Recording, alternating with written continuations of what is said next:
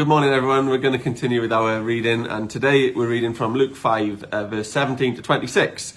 One day, as he was teaching, Pharisees and teachers of the law, who had come from every village of Galilee and from Judea and Jerusalem, were sitting there, and the power of the Lord was present for him to heal the sick. Some men came carrying a paralytic man on a mat and tried to take him into the house to lay him before Jesus.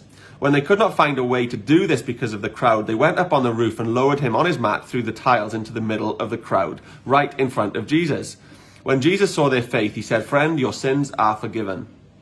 The Pharisees and the teachers of the law began thinking to themselves, "Who is this fellow who speaks blasphemy?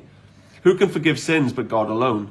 Jesus knew that they were thinking this and asked, "Why are you thinking these things in your heart? Which is easier to say, 'Your sins are forgiven,' or to say, 'Get up and walk'? But that you may know that the Son of Man has authority on earth to forgive sins." He said to the paralyzed man, "I tell you, get up, take your mat and go home." Immediately he stood up in front of them, took what he had been lying on, and went home praising God. Everyone was amazed and gave praise to God. They were filled with awe and said, "We have seen remarkable things today."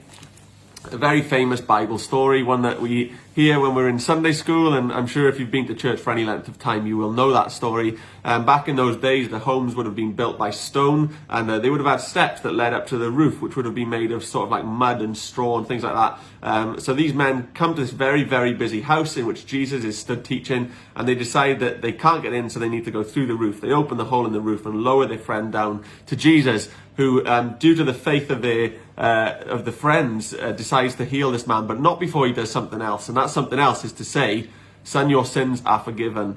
Now, the religious leaders, the Pharisees, and those that thought they knew everything, they didn't like this, and they missed what Jesus was, who he was. And I want to encourage you today that in the midst of all that's going on, when we see good, when we see things that happen that may be of God, that may be an answer to prayer, sometimes we can miss what's really happening. And we know that the Pharisees didn't believe in Jesus. They didn't believe he was who he said he was. In fact, they wanted to kill him.